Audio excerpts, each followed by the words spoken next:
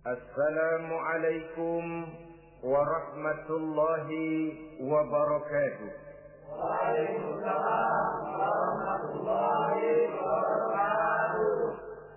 Bismillahirrahmanirrahim.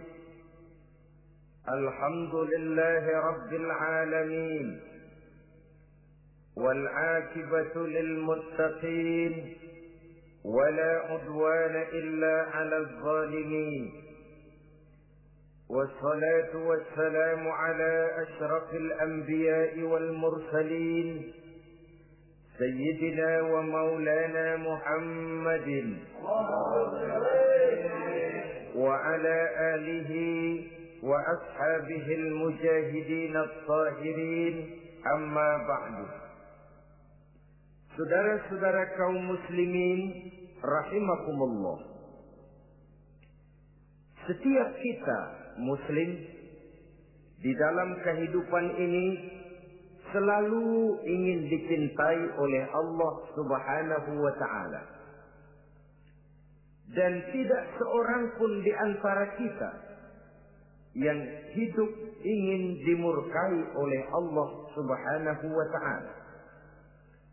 Jangankan lagi dimurkai Allah, dimarahi tetangga saja kita kadang-kadang sudah merasa tidak enak. Padahal bagaimanapun, kalau sekadar dimarahi tetangga, kita masih bisa menghindar, pergi atau pindah ke tempat lain. Tahun depan kita kembali lagi, barangkali sudah bisa berdamai. Tapi jikalau Allah yang murka kepada kita, padahal alam ini adalah miliknya belaka, rasanya kemana lagi langit tempat kita bernaung, dan kemana lagi bumi tempat kita berpijak. Setiap orang ingin dicintai Allah, tapi tidak setiap orang mau melakukan perbuatan-perbuatan yang kalau dikerjakannya Allah akan cinta kepadanya. Dan setiap orang tidak ingin dimurkai Allah, tapi orang kadang-kadang tanpa sadar melakukan perbuatan-perbuatan yang justru dimurkai oleh Allah Subhanahu wa taala. Pada pertemuan kali ini ingin saya sampaikan kepada hadirin satu hadis qudsi di mana Allah Subhanahu wa taala berfirman melalui lisan Nabi besar Muhammad sallallahu alaihi wasallam, "Uhibbu salatan wa hubbi li salatin ashad." Aku cinta, kata Allah, kepada 3 macam golongan manusia, tapi aku lebih cinta lagi kepada yang 3 macam lagi. Jadi ada yang sekedar dicintai Allah, ada yang lebih lagi dicintai oleh Allah Subhanahu wa taala. Siapa mereka? Mari kita ikuti satu persatu isi daripada hadis qudsi ini. Yang pertama, uhibbu ahlas safa. Aku cinta, kata Allah, kepada orang-orang yang pemurah. Aku cinta kepada orang-orang yang ringan tangan, mempunyai kepekaan sosial yang tinggi, gemar menolong orang yang memang memerlukan pertolongan. Aku cinta kepada orang-orang yang semacam itu.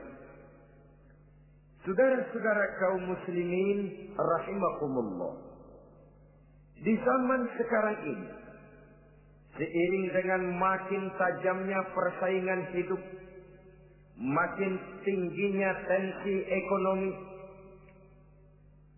antara tenaga kerja yang masuk pasaran dengan lapangan kerja yang tersedia jauh dari memadai, gaya hidup orang semakin konsumtif, semakin individualis. Timbullah sikap hidup elu-elu, gua-gua.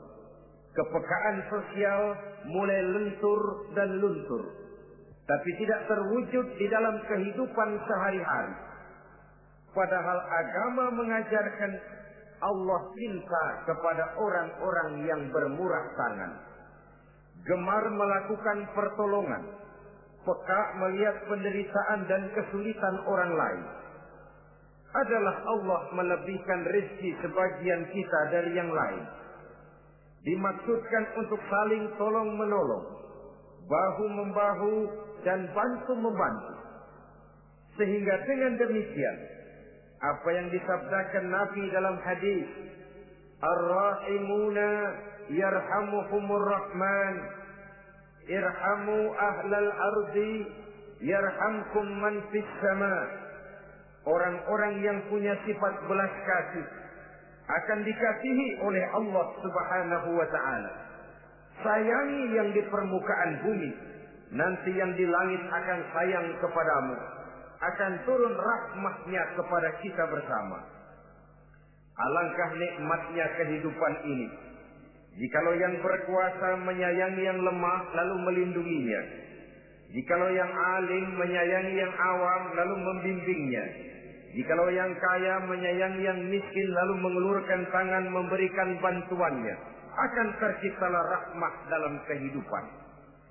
Tapi jikalau sebaliknya, yang berkuasa malah menindas dan menekan yang lemah, yang alim malah membodoh-bodohi yang memang sudah bodoh, sementara yang kaya menyantap yang miskin, akan terjadilah bala dan bencana dalam kehidupan.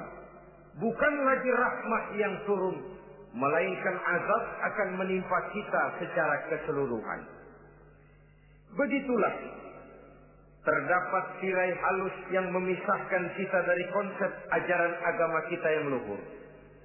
Agama mengajarkan yadul ulya khairun min yadi sufla, bahwa tangan di atas lebih baik daripada tangan yang di bawah.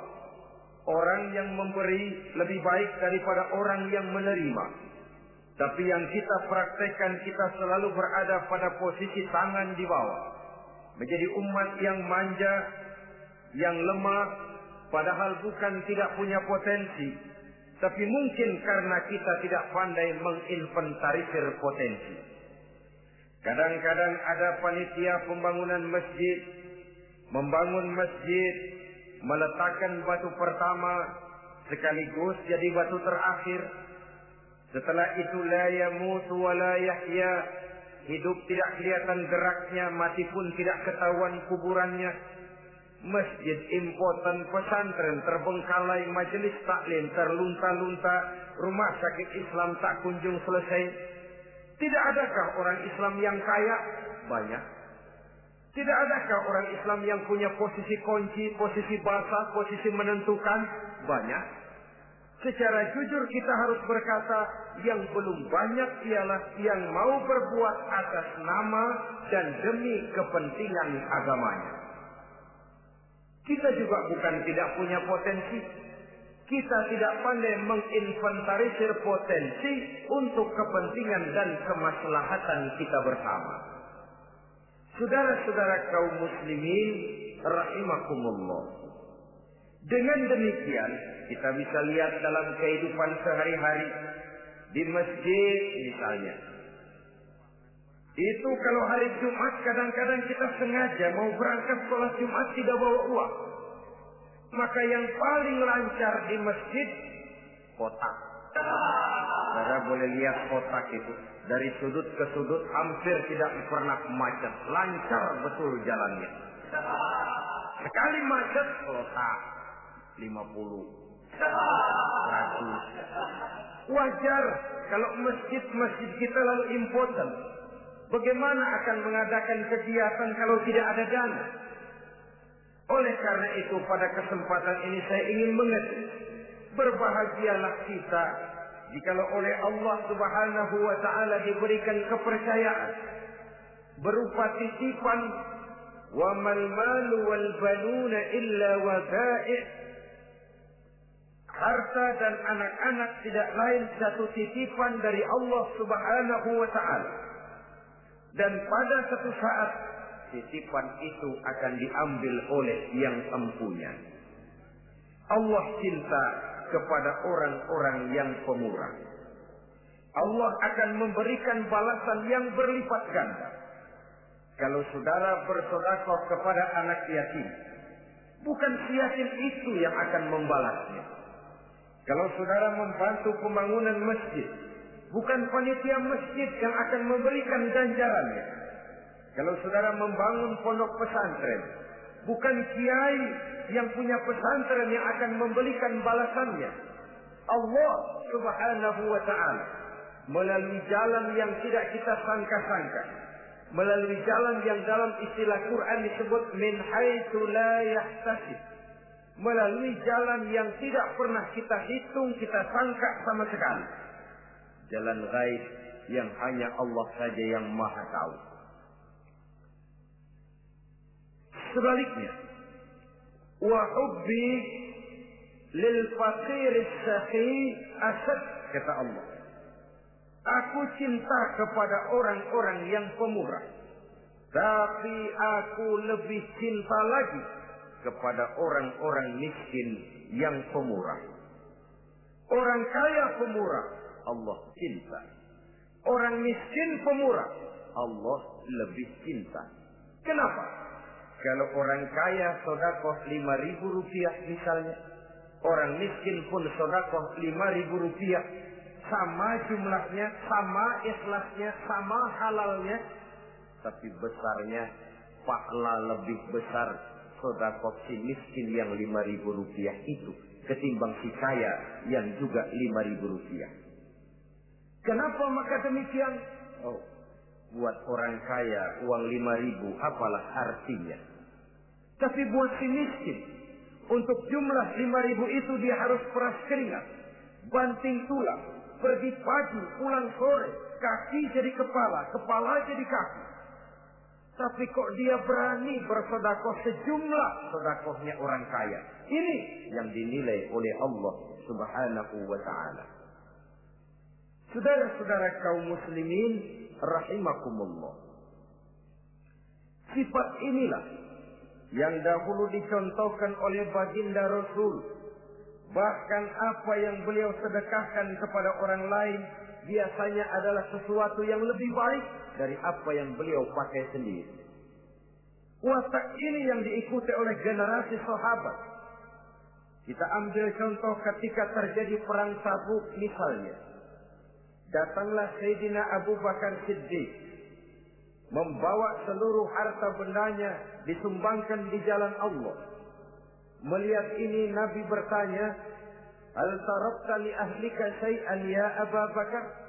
Wahai Abu Bakar, begini banyak harta yang kau infakkan fi sabilillah ini, apakah buat keluargamu sudah kau tinggalkan? Sayyidina Abu Bakar dengan tegas menjawab, "Taraktu lahumullaha wa rasulahu." Sudah, saya tinggalkan mereka Allah dan Rasulnya. Saya tinggalkan mereka keyakinan, akidah, iman, bahwa kalau kami menolong Allah, menolong agama, Allah akan menolong kami. Bahwa kami tidak akan jadi melarat karena memperjuangkan agama. Bahwa kami tidak akan jatuh miskin kalau harta ini kami belanjakan di jalan Allah. Kami tinggalkan keyakinan itu kepada anak-anak dan istri di rumah. Sementara harta yang ada seluruhnya kami bawa kemari.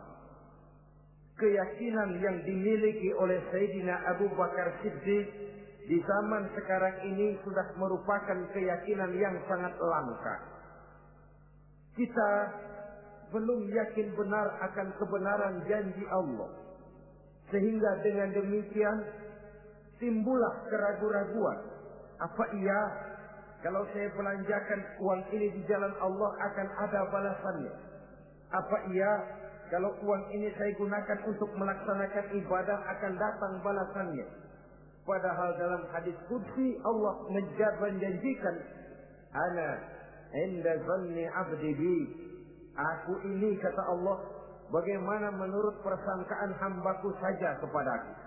Kalau dia sangka baik, insya Allah baik katanya.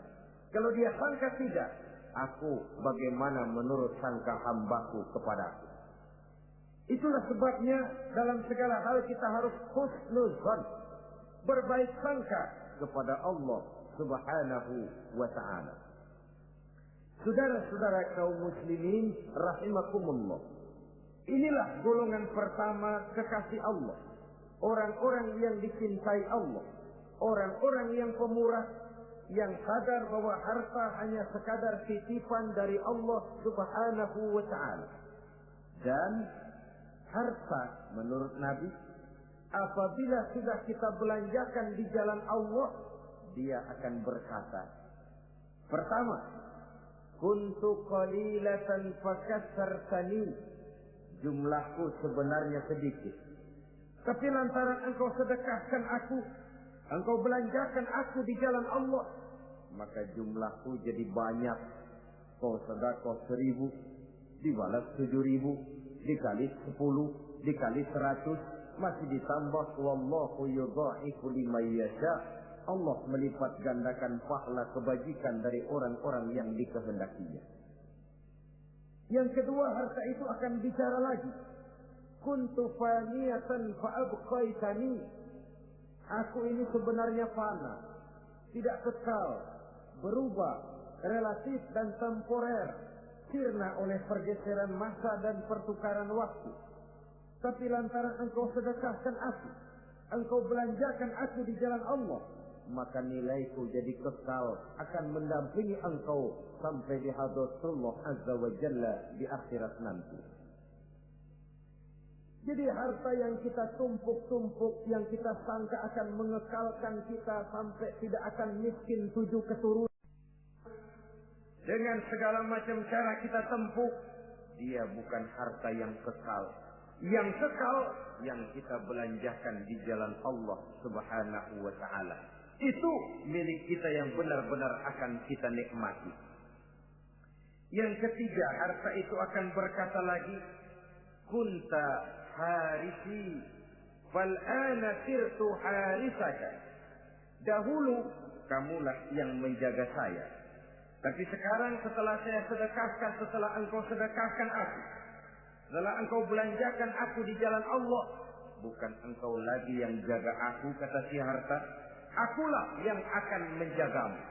Di dunia orang yang rajin sedekah, sedekahnya itu menolak bala, terhindar dari segala bencana dan musibah.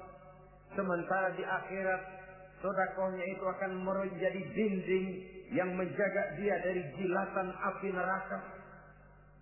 Demikian harta yang sudah kita infakkan, kita belanjakan, kita sedekahkan di jalan Allah itu akan menjadi pejangga kita. Sehingga Nabi menyatakan, inna sadaqatal mar'il muslim tazidu fil umri wa tadfa'u mitatas su'i. Sesungguhnya sedekahnya seorang mukmin dapat menambah umur panjang dan menyelamatkan seseorang dari mati secara su'ul khatimah. Marilah kita melihat bahwa agama ini memerlukan kita, bahwa umat ini mengharapkan pengorbanan kita dengan segala kemampuan.